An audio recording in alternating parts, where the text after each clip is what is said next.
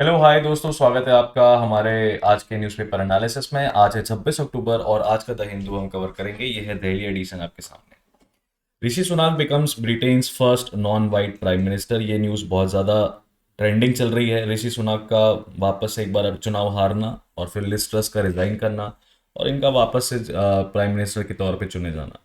भारत में बहुत ज़्यादा लोगों ने ये कहा कि ब्रिटेन बॉर्न है, जो एक टाइम पे रूल्ड था आज वो रूल करेगा। इस तरह की बातें हमें देखने को मिली। अब जब हम ऋषि सुनाक के बारे में बात करते हैं तो हमें कुछ चीज़ें यहाँ पे पहले ही पैराग्राफ में ध्यान देनी चाहिए कि ये कहाँ कहाँ से हैं और ये किस पार्टी से हैं। जैसे कि labour party leader tweets that he has no mandate and the British people have had no say. It was a historic day for United Kingdom. Historic day था क्योंकि पहले non white prime minister Rishi Sunak, जो पहले chancellor रह चुके हैं और Britain के यंगेस्ट प्राइम मिनिस्टर हैं, उनका चुनाव हुआ।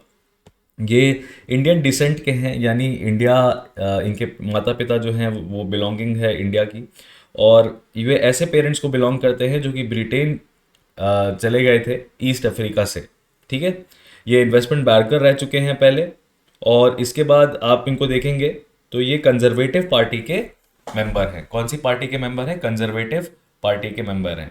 So the former investment banker and hedge fund manager will have the daunting task of trying to get the British economy back on the rails, to unite the Conservative Party, which has produced three prime ministers in under 2 months. Conservative party ने तीन prime minister 2 महीने के अंदर ही कर दिए। अब ऋषि सुनाक के बारे में फर्दर अगर यहाँ पे बात करेंगे तो यहाँ पे आपको दिखाई देगा कि this will be a source of pride to many British Asians including many who do not share Rishi Sunak's conservative politics. ये इंडियन सिटीजन अक्षता मूर्ति यानी नारायण मूर्ति, इन्फोसिस के फाउंडर जो हैं, उनकी बेटी के हस्बैंड है। और इनके कंजर्वेटिव एमपीज ने इनको चूज़ किया कि वो पार्टी को लीड करें और कंट्री को लीड करें, जब लिज ट्रस ने थर्सडे को अनाउंस कर दिया था कि वो रिज़ाइन कर रही हैं। और उनका जो सपोर्ट है वो बहुत सारे एमपीज ने उनसे सपोर्ट खींच लिया था। ठीक है, तो Rishi Sunak has been crowned by Tory MPs. It's a coronation, not an election. Angela Rayner, deputy leader of the Labour Party, tweeted on Monday, he has no mandate and the British people have had no say. So labour party ने, obviously दो ही parties हैं Britain में, conservative party और labour party. और आपको यहाँ के parliament का नाम याद रखना है, that is 10 Downing street. That is 10 Downing street, जहाँ से ये एड्रेस कर रहे थे कल। 5 एसोसिएट्स ऑफ की कोयम्बटूर कार ब्लास्ट हेल्ड। 5 जो कोयम्बटूर के कार ब्लास्ट में लोग पकड़े गए। अच्छा, आपको पता होगा कि यहाँ पे बेसिकली एक मुबिन नाम का व्यक्ति है, कई बहुत सारे एक्सप्लोजिव के साथ मारुति 800 में पकड़ाया गया था। तो उसमें आप देखिए, पुलिस ने unlawful activities prevention act invoke कर दिया है against Mubin and his associates, क्योंकि उनके हिसाब से, इन्वेस्टिगेटिंग एजेंसी के हिसाब से, ये बहुत बड़ा प्लान, अटैक प्लान कर रहे थे। और एक्सप्लोसिव जो था वो गलती से फट गया और इनकी मौत हो गई।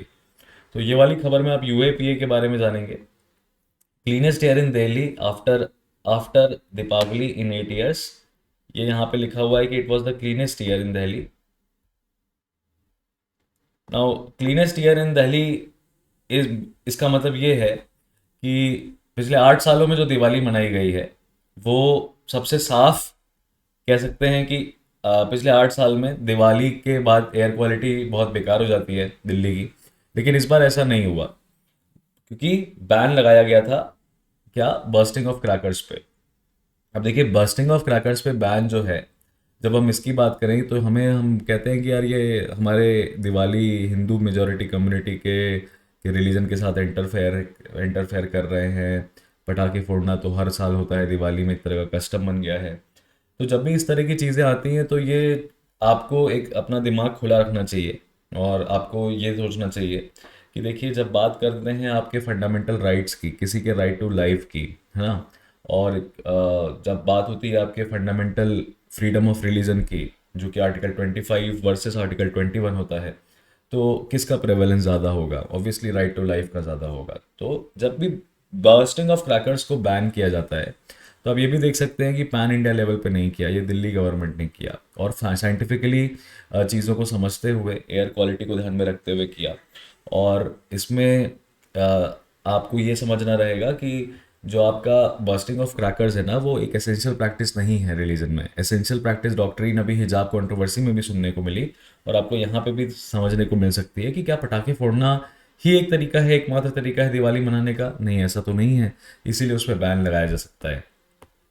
Kerala governor issues notice to 2 more vice chancellors. आपको ये पता है, ये आरिफ मोहम्मद खान वर्सेस जो केरला चीफ मिनिस्टर का जो मैटर चल रहा है, जहाँ पे वाइस चांसलर्स अपॉइंट कर लिए गए हैं यूनिवर्सिटीज़ का लिए, जबकि वाइस चांसलर्स यूजली जो अपॉइंट किए जाते हैं वो गवर्नर के द्वारा ही किए जाते हैं।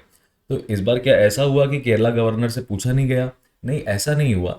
देखिए क्या होता है, जब भी वाइस चांसलर किसी यूनिवर्सिटी के हमें वो करने रहते हैं, अपॉइंट करने रहते हैं, तो एक सर्च कमेटी होती है, और एक सर्च कमेटी में बेसिकली हमको देखना रहता है कि जो सर्च कमेटी है उसमें बहुत सारे सजेशंस आने चाहिए। मतलब कि एक यूनिवर्सिटी के लिए कम से कम 5 से 7 रिकमेंडेशन होनी चाहिए, एक से ज़्यादा रिकमेंडेशन होनी चाहिए, जो कि सरकार की तरफ से जाती है। और यूनिवर्सिटी ग्रांट्स कमीशन के जो यूजीसी के जो नॉर्म्स हैं, है ना, अपॉइंटमेंट के, उनमें ये दिया हुआ है कि जो सर्च कमेटी रहेगी उसमें आपको कई सारे नाम देने हैं गवर्नर के सामने, और गवर्नर फिर उनमें से कोई एक सेलेक्ट करता है और उसको चुना जाता है वाइस चांसलर की तरह। ठीक है, यहाँ पे ऐसा नहीं हुआ। केरला के जो चीफ मिनिस्टर है उन्होंने सर्च जो कमीशन बनाया, उसके सजेशन के बाद एक ही वाइस चांसलर बताया गया यूनिवर्सिटी के लिए, और गवर्नर के पास कोई चॉइस नहीं थी rather than to accept the thing.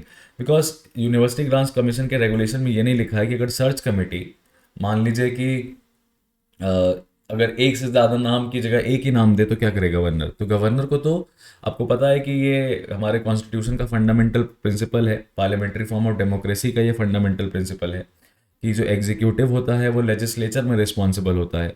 दूसरा फंडामेंटल प्रिंसिपल ये है कि गवर्नर जो है वो aid and advice of council of ministers के द्वारा ही काम करेगा, वो अपनी मर्जी से काम नहीं कर सकता है। लेकिन यहाँ पे सुप्रीम कोर्ट ने क्या किया? सुप्रीम कोर्ट ने एक अपॉइंटमेंट था MS राजश्री का, जो कि vice chancellor APJ Abdul Kalam technical university की चुनी गई थी, उनके अपॉइंटमेंट को सुप्रीम कोर्ट ने खारिज कर दिया। और उसके बाद आरिफ मोहम्मद खान साहब की बात जो है वो बिल्कुल सही हो गई, और उन्होंने कहा कि हम बाकी मिनिस्टर्स को भी जिन्होंने मेरे साथ मेरा इंसल्ट किया है उनको हम हटाएंगे। कंपटीशन कमीशन ऑफ इंडिया ने 936 करोड़ का फाइन बढ़ा और लगा दिया। तो 936 करोड़ की पेनाल्टी लगाई है गूगल पे, क्या करने के लिए? डोमिनेंट पोजीशन को अब्यूज़ करने के लिए with respect to its play store policies. और सीज एंड डेजिस्ट ऑर्डर किया है, कंपटीशन कमीशन ऑफ इंडिया ने इशू किया है। और इसमें जो ऐप डेवलपर्स हैं, है ना, third billing set out a clear transparent policy on data collected on it's platform.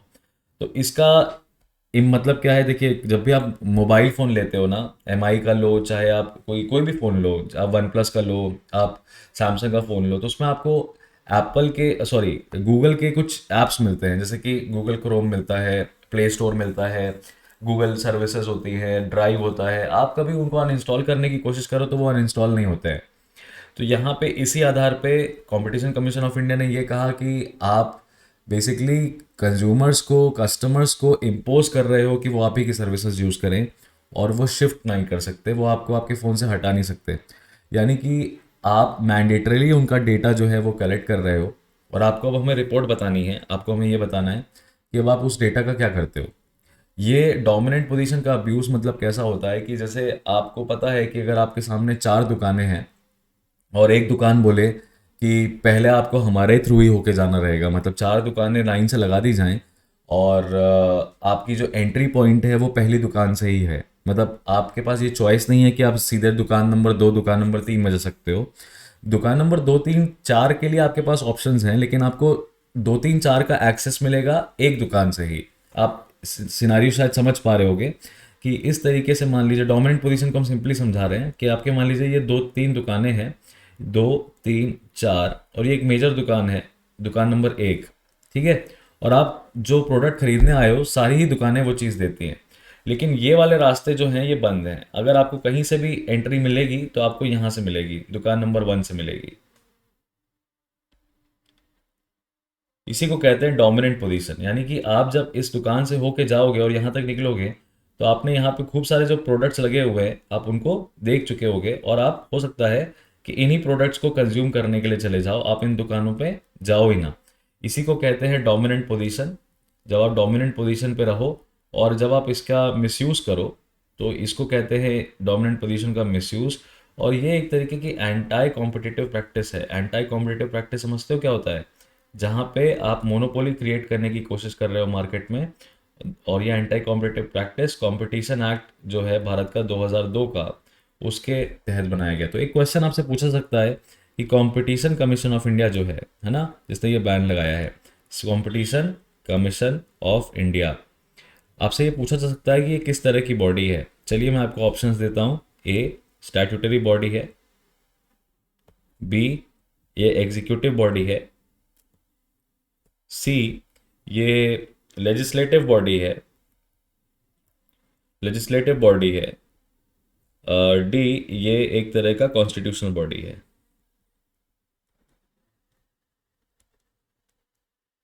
किस तरह की बॉडी हो सकती है? तो आपका करेक्ट आंसर क्या होगा? ये स्टैट्यूटरी बॉडी है, क्योंकि कंपटीशन एक्ट 2002 के से बनाई गई है ये बॉडी। ठीक है, तो आपको इसके बारे में अपने नोट्स प्रिपेयर कर लेने चाहिए। With no road access it's tough and go for the sick in AP tribal region, Andhra Pradesh के ट्राइबल रीजन के ऊपर।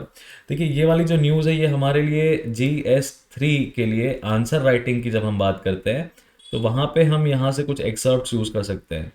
जैसे इंट्रोडक्शन में आप लिख सकते हो किस तरीके से जब ट्राइबल रीजन की डेवलपमेंट की बात आए और उनके फॉरेस्ट राइट्स की बात आए, है ना, ट्राइबल रीजन के डेवलपमेंट की बात आए along with their forest rights, तो वहाँ पे आप किस तरीके से अपने आंसर को फ्रेम करोगे, ये उसका बेस्ट एग्जाम्पल है। This is the best example of this. In this you have to understand that जो जो इशू है, आप देखिए क्या है यहाँ पे। देखिए राइट टू एजुकेशन भी अफेक्ट हो रहा है क्योंकि रोड नहीं है। अब रोड बनाने के लिए जंगल भी काटने पड़ेंगे। जंगल काटोगे तो ट्राइबल पॉपुलेशन, अभी बड़ी अच्छी मूवी आई है कन्नड़ की, कर्नाटका बेस, मतलब कन्नड़ लैंग्वेज में, कांतारा।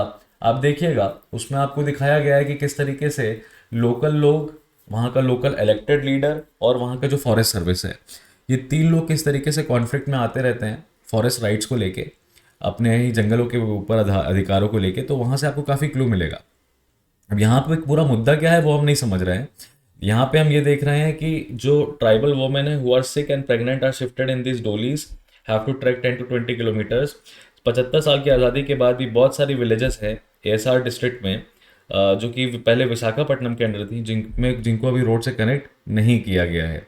और इसका कारण क्या हो सकता है? What could be the reason for this, कि रोड से कनेक्ट क्यों नहीं किया गया? देखिए एक तो आंध्र प्रदेश को में स्टेट डिवीज़न हो चुका है। स्टेट डिवीज़न हो जाने के बाद एक और चीज़ मुश्किल होती है कि किस तरीके से नया जो स्टेट बना तेलंगाना वो किस तरीके से डेवलपमेंट को कर रहा है ना। अभी ऑफिशियल रिकॉर्ड्स की माने तो 900 ट्राइबल हैबिटेशंस अभी are yet to get any form of road connectivity. Bifurcation के बाद, देखिए बाइफर्केशन की वजह से भी एक इशू आया है। तो ये देखिए GS2 किस तरीके से GS3 के टॉपिक से रिलेटेड है। स्टेट का रीऑर्गेनाइजेशन क्यों किया गया? 2014 में आपको पता है तेलंगाना को आंध्र प्रदेश से अलग किया गया क्योंकि एडमिनिस्ट्रेटिव कन्वीनियंस लेके आना था। तेलंगाना रीजन डिफिकल्ट हो जा रहा था मैनेज करने के लिए। तो पोस्ट बाइफर्केशन के बाद ASR is the second biggest district with an area of about 12,251 kilometres, lowest population about 9.54 lakh, spread across 22 mandals, है ना। सारे ही मंडल्स में माओइस्ट थ्रेट है। Maoists are vehemently opposed to any form of development and did not allow the authorities to build roads. Another hurdle is a tussle between the district administration and the forest department. Now, this is something UPSC aspirant will try to note it down and will also try to understand कि किस तरीके से Maoist threat यानी internal security का agenda हो गया यहाँ पे। इंटरनल सिक्योरिटी की बात जो है वो अफेक्ट कर रही है, किसको कर रही है? इंटरनल सिक्योरिटी बेसिकली आपकी डेवलपमेंट को अफेक्ट कर रही है। अब डेवलपमेंट से क्या अफेक्ट हो रहा है? देखिए नीडी जो है वहाँ पे, गांव वाले जो बीमार हैं, बच्चे हैं, उनको अस्पताल शिफ्ट कराना था इन अलूरी सीताराम राजू डिस्ट्रिक्ट। अब आपको अलूरी सीताराम राजू, आपको पता है ये हिस्ट्री से निकल के आते हैं। तो यही द हिंदू की सबसे अच्छी बात है कि बहुत सारे टॉपिक्स को ये इंटीग्रेट कर देता है। You need to have an eye to understand the linkages between them. तो GS2 में स्टेट रीऑर्गेनाइजेशन की वजह से डिस्ट्रिक्ट एडमिनिस्ट्रेशन की कमी आई। ट्राइबल रीजन को प्रोटेक्ट करने के लिए, उनके राइट्स को प्रोटेक्ट करने के लिए एक एक्ट है 2006 का। उसके बाद फॉरेस्ट कंजर्वेशन एक्ट है 1980 का। उसके बाद आपने देखा कि यहाँ पे इंटरनल सिक्योरिटी का भी मैटर है कि माओविस्ट नहीं चाहते हैं वहाँ पे किसी भी तरह का विकास हो सके। तो इससे गांव वालों को क्या एडवांटेज है, क्या नुकसान है, ये आप इवेलुएट कर सकते हो। फिर आप देख रहे हो कि फॉरेस्ट डिस्ट्रिक्ट एडमिनिस्ट्रेशन और फॉरेस्ट डिपार्टमेंट के बीच में, क्योंकि फॉरेस्ट डिपार्टमेंट एक तरीके से यूनियन गवर्नमेंट के अंदर आ जाती हैं वो सर्विसेज, और जो डिस्ट्रिक्ट एडमिनिस्ट्रेशन है वो स्टेट गवर्नमेंट के अंदर आता है, तो यहाँ पे आपको कॉन्फ्लिक्ट दिखाई देगा। तो ये चीज़ें हमें समझनी चाहिए। आज का पहला जो पेपर था उसमें बेसिकली ये वाली खबर, ऋषि सुनाक वाली खबर, कंपटीशन कमीशन ऑफ इंडिया वाली खबर, केरला और हमेशा जो आपको यूनिक पोजीशन ऑफ गवर्नर है, मैंने अपने पिछले की वीडियोस में भी बताया है कि गवर्नर और कैबिनेट का जो यूनिक पोजीशन है उसको आपको इवेलुएट कर लेना चाहिए। ये आंध्र प्रदेश में डेवलपमेंट वाला रीजन, और commission for air quality management CAQM के बारे में आपको यहाँ पे पढ़ लेना चाहिए। बाकी यहाँ पे आपको UAPA के ऊपर एक जनरल स्टैटिक नोट्स बना लेने चाहिए, जो कि कहीं पे भी क्वेश्चन आए कभी भी नेशनल सिक्योरिटी का, इंटरनल सिक्योरिटी का, तो आप आंसर कर पाओ। ठीक है। ये city breathes its cleanest air post Diwali, ये हम डिस्कस कर ही चुके हैं। बाकी आपको चीज़ें यहाँ पे थोड़ा सा आपको दिख जाएगा, प्रॉपर पॉलिटिकल है। की places in Coimbatore were hit list of suspects involve in car explosion near temple. Again ये भी एक तरीके लोकल न्यूज़ है, बट देन आपको ये करना पड़ेगा, ये पढ़ना पड़ेगा। और इसके बाद इधर पेज में कुछ ज़्यादा इंपॉर्टेंट नहीं है। हाँ, यहाँ पे हिमाचल में आपको ओल्ड पेंशन स्कीम के बारे में बताएगा। In Himachal old pension scheme issued could hamper BJP's bid to retain power and electioneering gains momentum in the hill state. चुनाव होने वाले हैं वहाँ पे, जहाँ पे नवंबर 12 से चुनाव होने वाले हैं। Congress and the Aam Aadmi Party have been prominently focusing on restoration of old scheme, striking a chord among sources of government employees. Government employees जो हैं वो चाहते हैं कि पुरानी पेंशन योजना जो है वो वापस आ जाए, और अटल पेंशन योजना एक तरीके से डिसकंटिन्यू कर दी जाए इनके लिए, या ना सॉरी अटल पेंशन योजना कह रहा हूँ, नेशनल पेंशन स्कीम जो है वो डिसकंटिन्यू कर दी जाए। तो इस इशू को डिकोड करने की कोशिश करते हैं हम यहाँ पे। और annoyed with the BJP's at different attitudes towards the restoration of old pension scheme, जो वहाँ पे कन्हैया राम सैनी 62 साल के हैं, जो रिटायर हुए 2019 में, उन्होंने एसोसिएट प्रोफेसर के पद से रिटायर किया है। वो अभी सिर्फ 5,000 रुपये विड्रॉ कर पा रहे हैं अंडर नेशनल पेंशन स्कीम। और उन्होंने ये बोला कि बहुत सारे गवर्नमेंट एम्प्लॉयज़ हैं, उनकी फैमिलीज़ हैं, जो कि अपकमिंग असेंबली इलेक्शंस में उन पार्टीज़ को वोट करेंगी जो ओल्ड पेंशन स्कीम को वापस लेके आएंगे। ठीक है। पेंशन इनको भी इन्होंने बताया कि 5,170 रुपये मुझे मिल रही है, और मुझे यही पूरी ज़िंदगी मिलती रहेगी। जबकि हम अगर UGC के 2022 के रिवाइज्ड पे स्केल की बात करें, तो मेरी last down salary would have been close to 1.5 lakh based on this. अगर मैं OPS के अंदर होता तो मुझे 75,000 रुपये एज अ पेंशन मिल रहा होता। तो ये बहुत बड़ा डिफरेंस है। मतलब ये एक सोचने वाली बात है कि एक सरकारी व्यक्ति जो अपनी ज़िंदगी के 60 62 65 साल तक की उम्र में सरकार के लिए काम करता है, अपनी ज़िंदगी के 30 35 40 वर्ष पूरे सरकार को देता है, जब वो बूढ़ा हो जाता है तो आप उसको क्या दे रहे हो, 5,170 रुपये पर मंथ। और जब वो वर्क कर रहा था तो वो 1.5 लाख रुपए के अंडर था।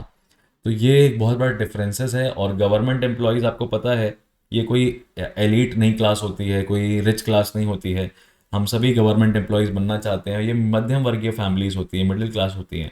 अच्छा, इसको 1.5 लाख रुपए मिल रहा था, तो यहाँ पे बहुत सारे, मुझे पता है कि ऐसे लोग सोच रहे होंगे कि यार ये तो सरकार के लोग हैं, 1.5 लाख रुपए कमाते हैं। अरे भाई, 1.5 लाख रुपए की जो सैलरी होती है, ज़रा आप कभी सोचिए इत्मीनान से। तो जब आदमी शुरुआत करता है तो शुरुआत बेसिक पे होता है। बेसिक पे सरकार का क्या है, 30,000 रुपये।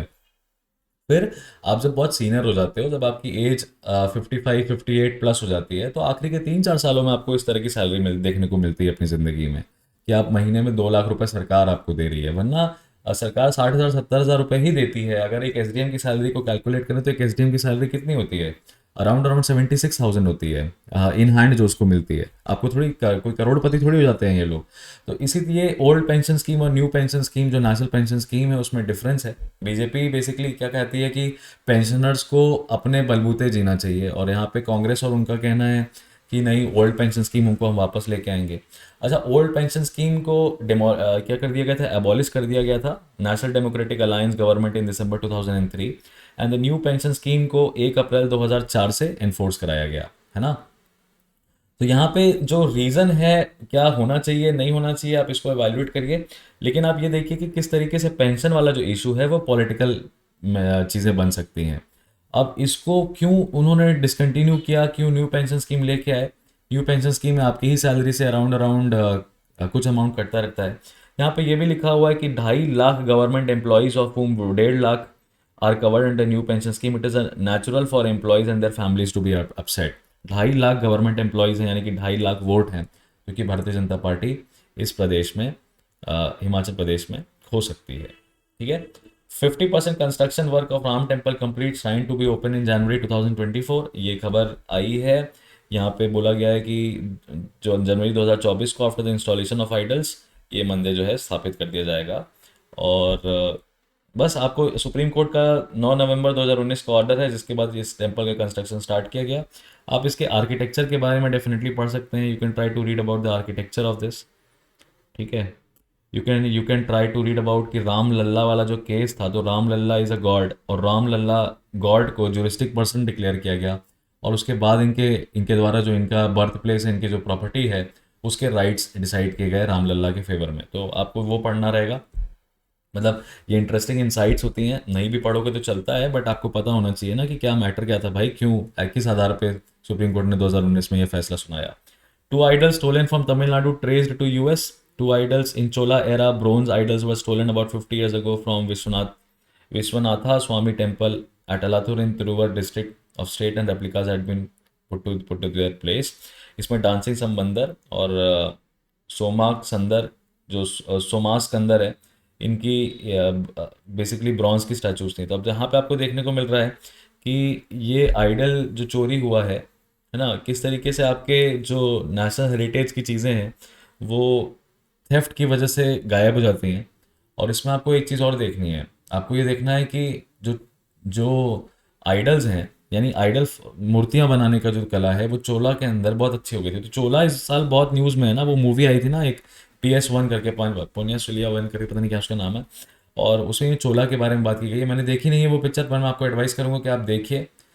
इस तरह की हिस्टोरिकल इमेजेस आ रही हैं, उसमें कहा गया कि चोला हिंदूज़ हैं, तो चोला मतलब मेजॉरिटी कम्युनिटी जो नॉर्थ इंडिया की है उनके सेंटिमेंट्स मैच नहीं कर रहे। साउथ इंडिया के लोगों ने, तमिलनाडु के लोगों ने कहा चोलाज वर नेवर हिंदूज। इस तरह की बातें देखने को आ रही हैं, तो आप इसके बारे में पढ़ सकते हैं। IRS officer on run after being booked on bribery charge, घूस लेने के आरोप में संतोष करनानी जो हैं 2005 के IRS सर्विस हैं, additional commissioner of income tax थे अहमदाबाद में, वो अपने ऑफिस से भाग गए और he is evading arrest by Gujarat's Anti-Corruption Bureau on October 4 for alleging a bribe of 30 lakh rupees. The case sources might have wider ramifications is now being investigated by Central Bureau of Investigation. ठीक है। ACB had acted on a complaint from Rupesh Brahmbhatt with his brother uh, uh, runs B सफल group mister taped, इन्होंने conversation उनका taped किया और ACB officers ने यहाँ पे ट्रांसक्रिप्ट भी मांगे हैं। ACB की प्रेस रिलीज में मिस्टर करनानी ने had summoned Mr. Brahmbhatt to his office on Ashram Road and demanded a bribe of rupees 30 lakh for toning down a case against him. तो आप देख सकते हैं यहाँ पे, ये आपको GS4 के पॉइंट ऑफ व्यू से न्यूज़ मिलती हुई है कि आपका जो वर्क एथिक है वो नेसेसिटी और नीड के बीच में जब आप फंसते हो तो वो कब ग्रीड में बदल जाता है। इसके ऊपर आपको ये एक अच्छा एग्जांपल है। और एंटी करप्शन ब्यूरो ने किस तरीके से टाइट अपना निगाहें रख रखी हैं और आपको ट्रेस कर रहे हैं वो। तो अब CBI के पास इन्वेस्टिगेशन चला गया है इस पूरे मैटर का, तो ये देखने वाली बात है ना। और यहाँ पे आपको कुछ ऐसा मेजर नहीं इस पेज में दिखाई देगा, स्टेट्स वाले पेज में। ये आपको एडिटोरियल हैं, तो आपको देखिए दो एडिटोरियल हैं, एक तो ब्रेक्जिट के ऊपर है, ब्रिटेन के ब्रेक्जिट के ऊपर है, दूसरा एडिटोरियल है रिन्यूएबल एनर्जी से रिवॉल्यूशन के ऊपर है। तो पहले आपको ये वाला एडिटोरियल पढ़ना चाहिए डेफिनेटली, फिर आपको ऊपर वाला एडिटोरियल पढ़ना चाहिए, क्योंकि देखिए वो बायलेटरल एक तरीके से है। और ये वाला जो है ये हमारे लिए एग्रीकल्चर के लिए और रिन्यूएबल एनर्जी को जोड़ रहा है, तो ये हमारे लिए GS3 के पॉइंट ऑफ व्यू से बहुत इंपॉर्टेंट है। ठीक है। तो हम हमेशा एडिटोरियल में लास्ट में पढ़ने की कोशिश करते हैं कि जो पैडी स्टबल है ना, CBG वैल्यूड एट 46 रुपीज़ पर kg एज पर सतत scheme will be produce paddy stock from 1 एकड़ ऑफ क्रॉप यील्ड। तो यहाँ पे सतत स्कीम के बारे में बताया गया है, जिसमें की कोशिश की जा रही है कि जो चावल उगाने वाले लोग हैं उनका जो पैडी क्रॉप निकल रहा है उस पैडी को हम यूज़ कर लें, पैलेटाइजेशन कर दें, छोटी छोटी पैलेट्स बना दें उसको, और हम उससे वेल्थ फ्रॉम वेस्ट का एग्जांपल दें। ठीक है। और सर्कुलर इकोनॉमी, यानी कि सर्कुलर इकोनॉमी क्या है, reduce reuse recycle. There are several other benefits also, कि जो फर्मेंटेड ऑर्गेनिक मैन्योर निकलेगा है ना फ्रॉम द प्लांट, उसको कंपोस्ट की तरह यूज़ किया जाएगा सॉइल को रिप्लेनिश करने के लिए। ठीक है। केमिकल फर्टिलाइजर्स पे डिपेंडेंसी हमारी कम करेगा। Plant will also produce employment opportunities to rural youth in the large value chain, है ना, पैडी को काटने से लेके, कलेक्ट करने से लेके, bowling, transport, handling of biomass in CBG plant. This will boost the economy of Punjab. It is pertinent to mention that straw from many other crops contain higher energy than paddy straw. This appears to be a first win-win initiative in the form of environmental benefits, renewable energy, value addition to the economy, farmers income, sustainability. है ना? ये replicable है, scalable है across the country and can be a game changer for the rural economy. तो इसमें आपको basically सतत scheme के बारे में बताया गया है। ठीक है, सतत स्कीम के बारे में बताया गया है और कंप्रेस्ड बायोगैस प्लांट के बारे में बताया गया है, जो कि पैडी स्ट्रॉ को कन्वर्ट करेंगे, दस कन्वर्टिंग पैडी स्ट्रॉ को कन्वर्ट करेंगे बायोगैस में और converting agriculture waste into this. So this is a very good editorial, I think you should read it and it will help you in answer writing. आपको पता है यहाँ पे ethanol blending की पॉलिसी आई, नीति आयोग ने इथेनॉल ब्लेंडिंग के targets को कंप्लीट कर लिया, फुलफिल कर लिया। Commission, national commission for air quality management की यहाँ पे बात आप देख रहे हैं, CAQM की बात देख रहे हैं। ठीक है, तो यहाँ पे ये स्टैट्यूटरी बॉडी है जो कि रिस्पॉन्सिबल है। तो it is a good editorial. अब जब हम बात करते हैं इस वाले एडिटोरियल की, ब्रेक्सिट चैलेंजेस रिमेन, शॉर्ट और लॉन्ग स्टे, ब्रेक्सिट निकल गया यूरोपियन उससे, तब भी ब्रेक्सिट के जो चैलेंजेस हैं वो बेहतरीन रूप से सामने आते हैं। मतलब कि कोई फ़ायदा नहीं हुआ ब्रिटेन के लिए यूरोपियन यूनियन को छोड़ना। तो किन कंडीशंस में ब्रिटेन ने यूरोपियन यूनियन को छोड़ा था, अगर आपसे कभी पूछा जाए तो आप क्या कहेंगे? आप देखिए, यहाँ पे देख सकते हैं कि ये Rishi Sunak has claimed several records this week. First Asian prime minister, youngest, wealthiest in living memory. Liz Truss जो हैं वो शॉर्टेस्ट सर्विंग प्राइम मिनिस्टर हैं, 45 दिन के टर्म के बाद रिजाइन कर दिया उन्होंने। ठीक है, the leader who oversaw one of the worst declines in the value of the pound, perhaps even the leader who almost wrecked the British economy with her ideologically driven fiscal policies. ये चीज़ें यहाँ पे बताई गई हैं। अब last में आए तो इसमें कहा गया है कि markets took back control of the Britain, already poor as a result of this पूरा ब्रिटेन के ऊपर इन्होंने बताया है। तो यहाँ पे हमें एक चीज़ समझ में आ रही है कि ये एडिटोरियल हमारे लिए बहुत ज़्यादा इंपॉर्टेंट नहीं है, तो हम इसको रीड करेंगे भाई, क्योंकि अभी करंटली रूल चल रहा है ना। देखिए, चाइना के ऊपर वन मैन रूल के ऊपर यहाँ पे आपको बताया गया है, और mobile users of digital power houses need an environment of real choice. यहाँ पे आपको कंपटीशन कमीशन ऑफ इंडिया का ऊपर जो बैन लगा उसके एनालिसिस बताया गया है।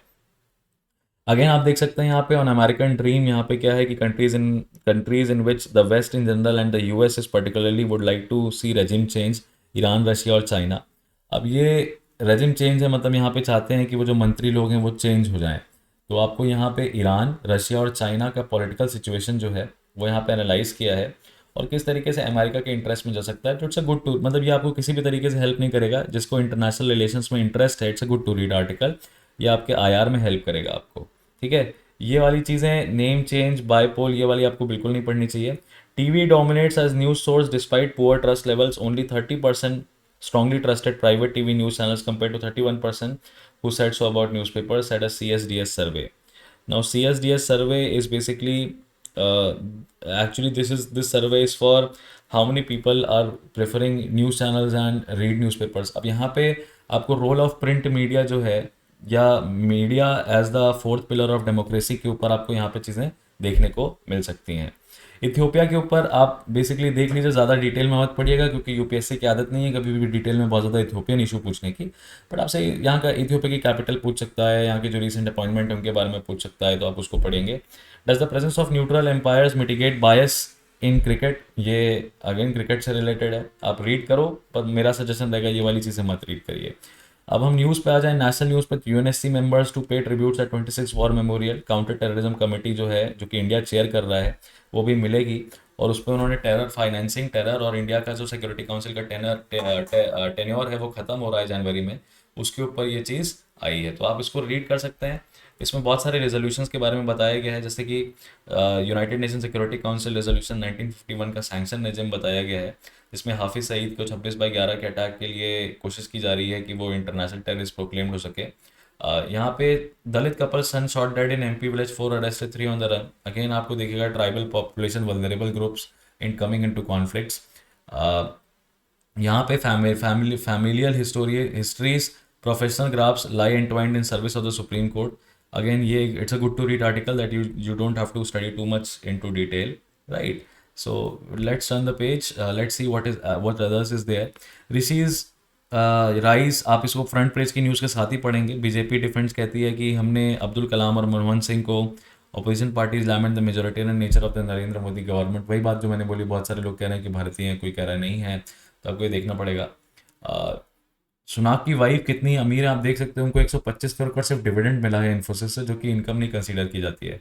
Jaishankar holds on bilateral relations with Britain foreign secretary, again आपको सारी तीनों खबरें आपको ब्रिटेन से रिलेटेड दिखाई देंगी, आप इनको एक साथ पढ़ेंगे। भारत जोड़ो यात्रा कंप्लीट, अपना एक तिहाई हिस्सा रूक कर ली है, कश्मीर में मिलेंगे, Kharge to take charge today, Congress से रिलेटेड है, आप पढ़ना चाहो तो पढ़ो, आप कांग्रेस के दीवाने अगर हो, नहीं हो तो छोड़ दो।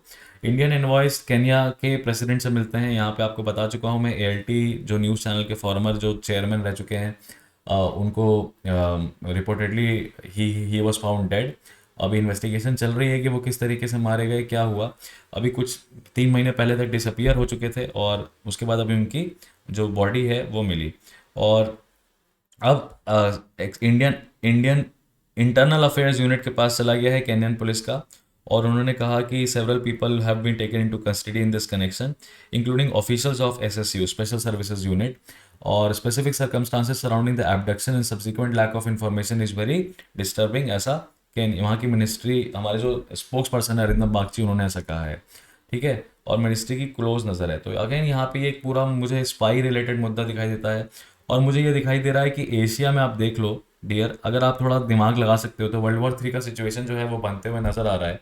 और इंडिया का जो पूरा जो इमेज है एशिया में, वो टार्निश होते हुए दिखाई दे रही है। तो केन्या में मारे गए, गाम्बिया में आपको पता है वो कफ सिरप वाला मैटर चल रहा है। तो ये देखेंगे हम इसमें कि आगे क्या डेवलपमेंट होता है। Burning of fossil fuels have killed over 3 lakh Indians in 2020, 3,30,000 लोग मारे गए इंडिया में due to exposure to particulate matter. और यहाँ पे लैंसेट की न्यूज़ आई है, लैंसेट में ये पब्लिश हुआ है हेल्थ रिपोर्ट। अब इससे जब आप ये रीड करते हो ना, तो आपको ये देख लेना चाहिए, इससे रिलेटेड हमारा क्लीन एयर प्रोग्राम है, national clean air programme NCAP, जो कि 2019 में लॉन्च किया गया था, जिसमें यह टारगेट दिया गया कि 40% हमें PM2.5, पार्टिकुलेट मैटर 2.5 और पार्टिकुलेट मैटर 10 को कम करना है 2030 तक। तो ये आप पढ़ लीजिएगा इसके बारे में। ठीक है, चाइना ने ऐसा बोला कि इंडिया और चाइना को कॉमन ग्राउंड ले लेना चाहिए। देखो भाई, मैं एक बात बताता हूँ आपको, भारत चाइना और पाकिस्तान को आज ये रियलाइजेशन हो चुका है कि this is not the time that we should go on war, because that is what the west countries want. Western countries are going, their economy is down trading, down falling, and our Asian economies are still doing better than the European or the American economies।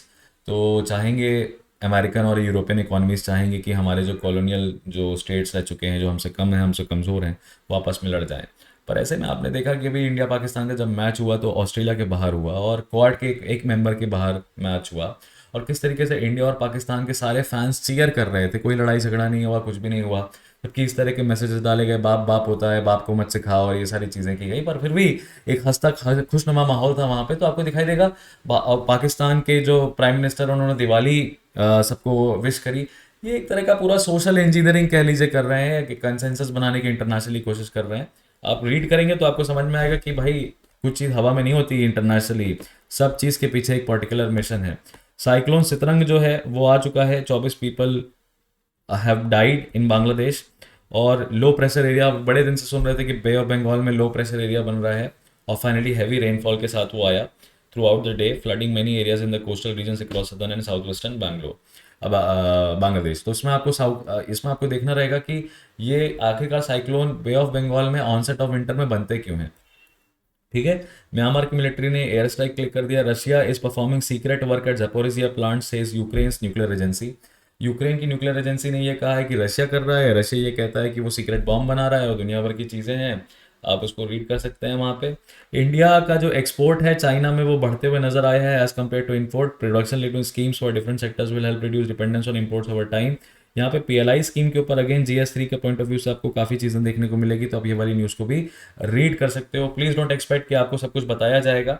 ठीक है, अपना newspaper analysis का कराने का तरीका थोड़ा सा अलग है, थोड़ा सा डिफरेंट है, इसीलिए जो रोट लर्निंग वाले स्टूडेंट्स होते हैं उनको थोड़ा दिक्कत होती है।